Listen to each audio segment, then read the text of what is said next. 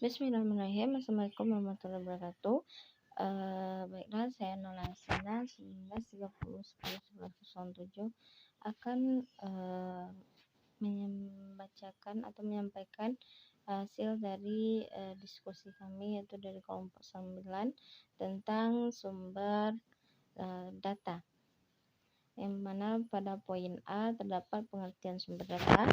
Sumber data adalah, atau yang dimaksud dengan sumber data adalah semua informasi baik yang merupakan benda nyata, sesuatu yang abstrak, peristiwa atau gejala, baik secara kuantitatif ataupun kualitatif.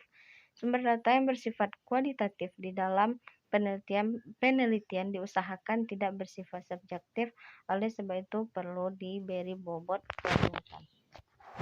Contoh sumber data yaitu yang pertama contohnya bentuk benda nyata, yang kedua dalam bentuk abstrak, dan yang ketiga dalam bentuk peristiwa atau gejala, dan yang keempat data kuantitatif, dan yang kelima data kualitatif.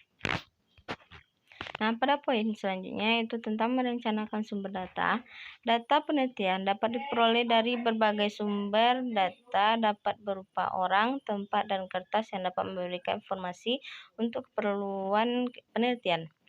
Yang dimaksud dengan orang, kenapa orang termasuk sebagai sumber data? Karena orang dapat memberikan informasi berupa keterangan, lisan ataupun tertulis. Misalnya, ketika seseorang diwawancarai, maka jawaban orang tersebut dapat dijadikan data penelitian. Demikian juga ketika seseorang mengisi angket atau menjawab soal tes, apa yang dia tulis sebagai jawaban angket dan tes itu dapat menjadi data. Dan selanjutnya itu tempat.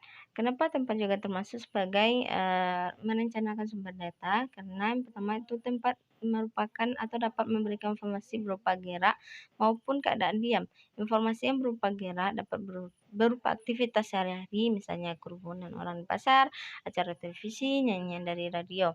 Sedangkan informasi dari keadaan diam dapat berupa jalan rusak, aneka koleksi buku-buku di perpustakaan atau gedung-gedung di suatu kota.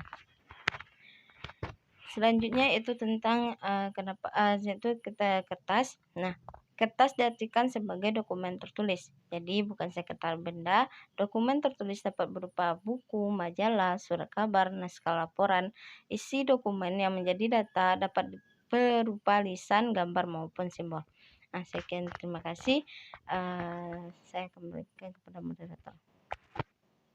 Baiklah, saya Nola Fabianti dengan NIM 1930 10 1106 akan melanjutkan poin C, yang mana poin C itu sumber dan jenis data. Pertama, menurut Loveland dan Loveland, sumber data utama dalam penelitian kualitatif ialah kata-kata dan tindakan, selebihnya adalah data tambahan seperti dokumen dan lain-lain. Yang kedua, jenis datanya dibagi ke dalam kata-kata dan tindakan, sumber data tertulis, foto, dan statistik.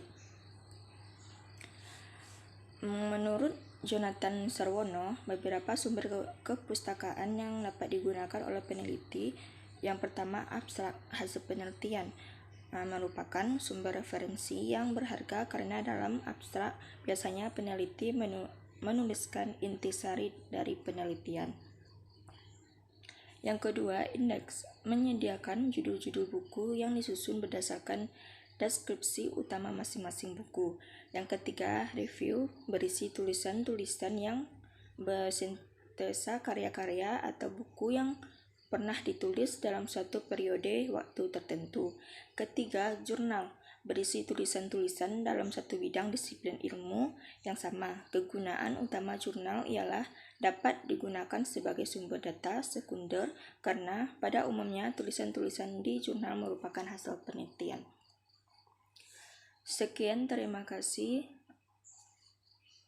Saya akhiri dengan Assalamualaikum warahmatullahi wabarakatuh.